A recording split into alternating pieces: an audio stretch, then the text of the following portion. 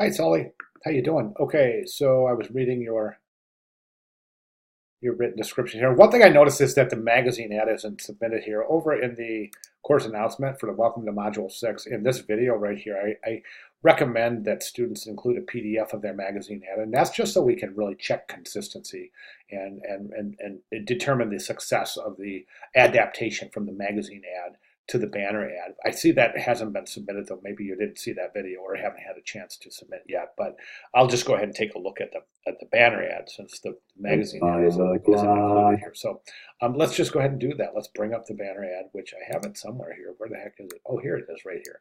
All right, so what I want to do is I want us to reduce this so I can fit this in the window so we can expeditiously look at it together. There we go. As a matter of fact, I think I can even make that just a little bit larger.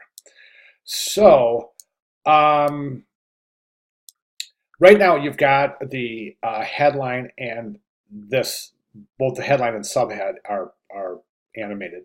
And if you take a really close look at the rubric, it indicates that you only animate the call to action, not the headline. So I would keep that headline. You can even increase the size of that headline a little bit. Let me see where, yeah, it's ending right about, yeah, maybe not, because you don't want to encroach on her face with the headline. I think that would add a kind of a little bit of peculiarity in that respect. So that's good. Leave that right where it's at, but leave it static. Don't animate it. And then just take this, I would remove and just say escape for the weekend, just animate, get your second night 50% off. Have that fade in, fade out, and then have it fade in immediately again. So it's not visible for more than just a fraction of a second.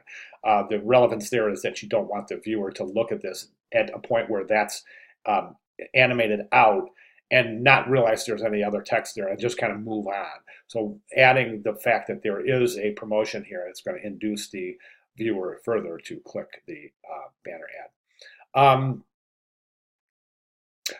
Other than that, I think my only other recommendation in this particular configuration here is to maybe find an image with really crystal clear blue turquoise water. Right now, this looks, I don't mean to sound discouraging at all, so please don't take this the wrong way, but right now, this almost looks like lake water.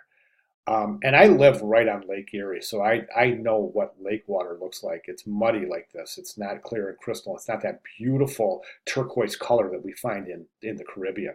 I think it would really add some visual dynamic embellishment to the banner ad if you were to change that background image of the water to something that indicates really beautiful turquoise colored Caribbean water waters. And you have to admit, I don't know if you've ever been to Caribbean. I've been once, but I was just blown away at the color of the water. It's just intense. So I think that we kind of represent that here and create some further visual interest in the banner ad itself. So that is my recommendation. Other than that, I think you're doing a fantastic job. If you want to address those comments and resubmit right here, that's great. Just if you do resubmit, post your magazine ad so we can compare.